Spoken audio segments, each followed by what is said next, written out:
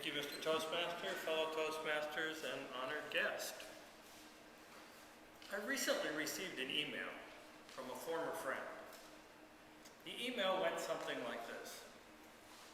It was an apartment building, and it had 4 levels, and it burnt to the ground, and 3 couples were killed.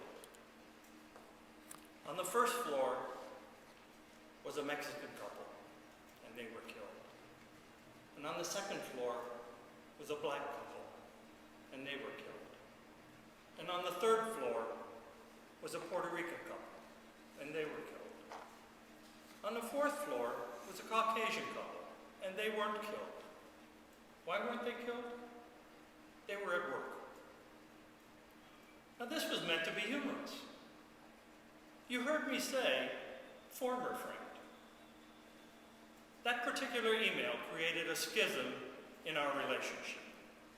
One wide enough that we could never cross that bridge again. Our country is a country made up of immigrants. Some who came here on their own under their own free will. Some whose forefathers and foremothers were brought here not under their own free will.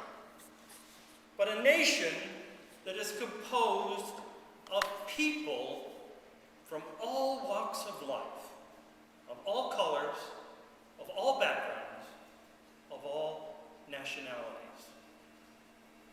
I'd like to talk to you a little bit about some of the statistics that tell us a little bit differently than some of us may believe. As an example, if I said welfare, how many of you would say most of the people on welfare are black? Many people do. It's not true. Most of the people on welfare are white. In fact, 39% of the people on welfare, according to our statistical measure of people in government, only 37% of those people are black. About 18% are Latino, and Asians and others equal the rest.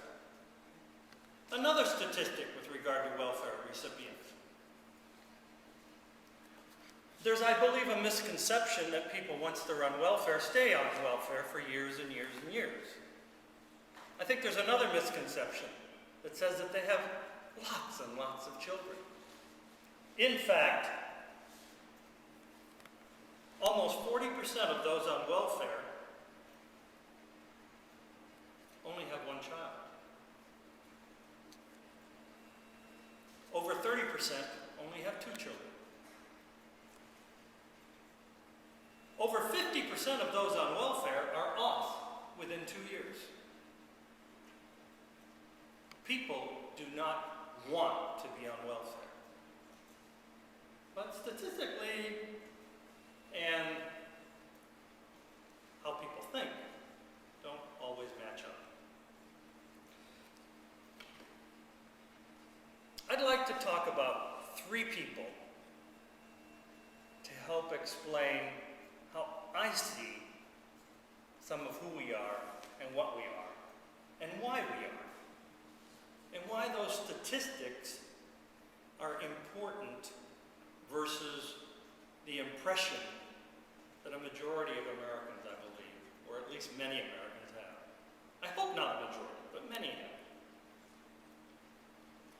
I want to talk to you about 3 friends of mine. Raja Shakir Bora. He lives across the street from me. His wife's name is Himabindu Bora. You might recognize by the names these people are from India. Elder Granger. Many of you know that a month ago, I flew to Washington, D.C. for the retirement of a 2-star general. That was Elder Granger. Elder Granger's black. The third one, Aurora Gabor. Aurora Gabor is a Filipina. 6 children. Her husband died all too early, at age 55. And Aurora, who we Chona affectionately, raised those children almost by herself. Shaker. Shaker's an internal medicine doctor. He came here in the year 2000 on a student visa. When he got his medical degree, he turned it into a work visa. When he got a little bit farther along, he got a green card, and then his citizenship. The lady he married, she's in the U.S. Air Force, and she's a doctor as well. Elder, I just told you he retired as a 2-star general. 21 years ago, he was my wife's oncologist when she had breast cancer. That's why we went to that retirement ceremony. I can never forget the night that he called us at 2 o'clock in the morning to give us results of one of her blood tests. 2 o'clock in the morning, and he was still working. The third, Chona, Aurora Gabor. 6 children, 5 girls and a boy.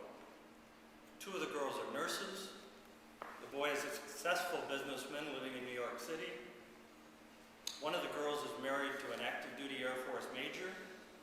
The other girl and her husband successfully run an ice cream company. All very successful children and a very proud mother.